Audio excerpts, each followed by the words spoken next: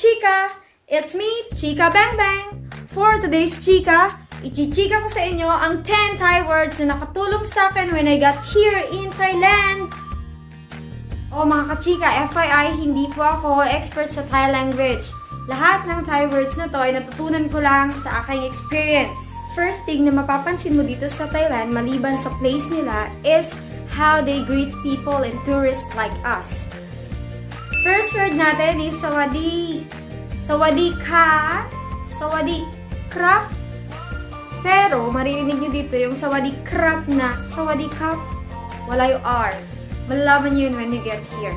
So, sawadi ka, sawadi krap, or kap ay ginagamit para mag-greet ng mga Thais. So, sawadi ka is used by women. Sawadi kap is used by men.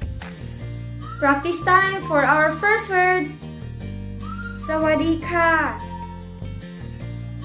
Sawadi ka. Now your turn. So yan, alam na natin kung paano mag-greet ng mga Thais. Hindi ka na magugulat. Basta lagi sila na ganun. Sawadi ka. Sawadi ka. And smile. Second word natin is yes. So yes, mabilis lang siyang maunawaan ng mga Thai people. Pero, mas na-appreciate nila tayo pag nakakapagsalita tayo ng lengguwahe nila. Mararamdaman nyo yun when you get here. Yes in Thai is chai.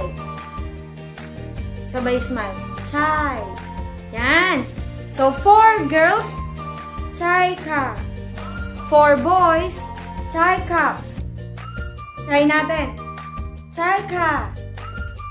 ChikaVlog. Siyempre, marunong tayo magsabi ng yes, dapat marunong tayo mag-no para di ka nasasaktan. Okay. In Thai, pag sinabi natin no, this is my chai. My chai. For our fourth word, how do we say help in Thai? So, syempre, medyo lost ka here kasi bago mo lang lalo kung wala kang kasama dito, talagang kailangan mo ng help. In Thai, we say, Shwai Duai. Shwai Duai. Pwede dito kahit wala ng ka and kap. Okay? Kaya pwede mo na sabihin, Shwai Duai.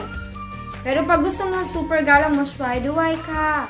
Shwai Duai ka. Parang tulungan nyo naman ako, nawawala ako, I'm lost, hanapin nyo yung self nyo, ganun. For our fifth word, we have how to say what in Thai. What? Aray. Aray, nako. Charot lang. Aray, ibig sabihin, pag may gusto ko itanong, aray ka, aray kap. Baka meron ng pinapakain sa'yo o binibigay sa'yo, di mo alam, tanong mo aray. Pero, maririnig niyo yung word na aray, na alay, yung R na change siya ng L. Alay, alay ka, alay kap. Gets? Try daw natin, kunyari, bibigyan kita ng jowa. Tanong mo, alay ka. Alay ka. Move on na tayo. For our sixth word, we have how to say where in Thai. Where is tinay? Saan? Ganoon dating tono mo. Tinay, where? Pwede mo rin lagyan yun. Tinay ka, tinay ka. Pag gusto mo talaga yung super galang mo sa kanila. Char, let's try how to say where in Thai. Tinay ka. Tinay ka? Doon, sa puso mo. Siyempre, pag nagtanong ka ng tinay, sasagutin ka niya ng directions. Dapat alam mo, yung left, right, and straight. Huwag kang paliko-liko, kaya ka na maligaw eh. Dito na tayo sa seventh word, how to say left in Thai. Left.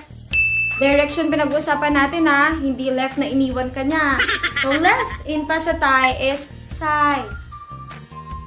Sai. Ganon. How daw? Sabihin mo, sai. Wow! Of course, pag alam mo yung left, dapat alam mo yung right. For our eighth word, we have right. In Thai, this is kwa. Pakisabi mo nga raw ulit. Kwa. O yan, ready ka na to go here ah. Kwa. Ibig sabihin, right. Kana. Now that you know left and right in Thai, sai kwa, Di ka na siguro maloloko niyan, sis. Char! Dapat alam din natin ang ating ninth word, which is turn to. Magkadugtong yun sila. Parang magkapares sila. Buti pa sila may kapares. Turn to in Pasatay is liu. Liu. Okay? Example, gusto mong pumunta sa kaliwa. Liu sai. Gusto mong lumiko sa kanan. Liu kwa. Gusto mong lumiko sa puso niya. Char. Di lang dapat left and right ang alam natin. Dapat we know how to go straight. For our 10th word, straight in Pasatay is trong. Trong. Trong. Trong. Trong. Naka 10 words na tayo, mga kachika! At dahil dyan, bibigyan ko kayo ng bonus word. Pero, mag-summarize muna tayo ng 10 words na naichika ko sa inyo for today. Ang first 5 words natin ay sawadi, means hello. Nilalagyan to ng ka pag sa babae galing ang pag-greet, and krap or kap pag sa lalaki. Yung ka and kap nila is same as po and opo sa ating mga Filipino. And they add the action Y. Huwag niyong kalimutan. Number 2, chai, means yes. Number 3, my chai, means no.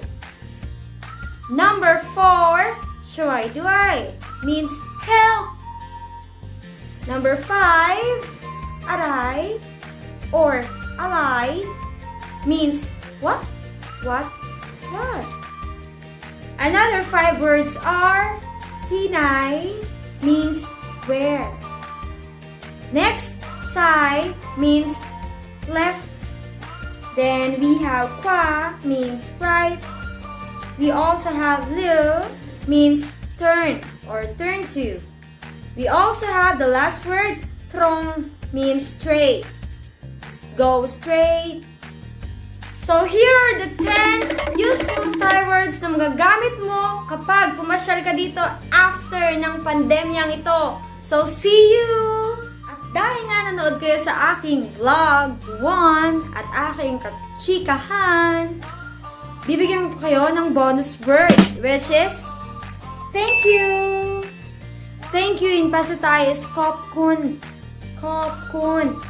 Kopkun. So, kopkun ka. Kopkun kap. Para sa mga kachika ko, kopkun ka. Kung natuto ka at nag-enjoy sa chikahan natin for today, don't forget to like this video and click the notification bell para updated ka sa more chikas to come natin. Huwag mo rin kalimutang mag-subscribe. See you again, mga kachika!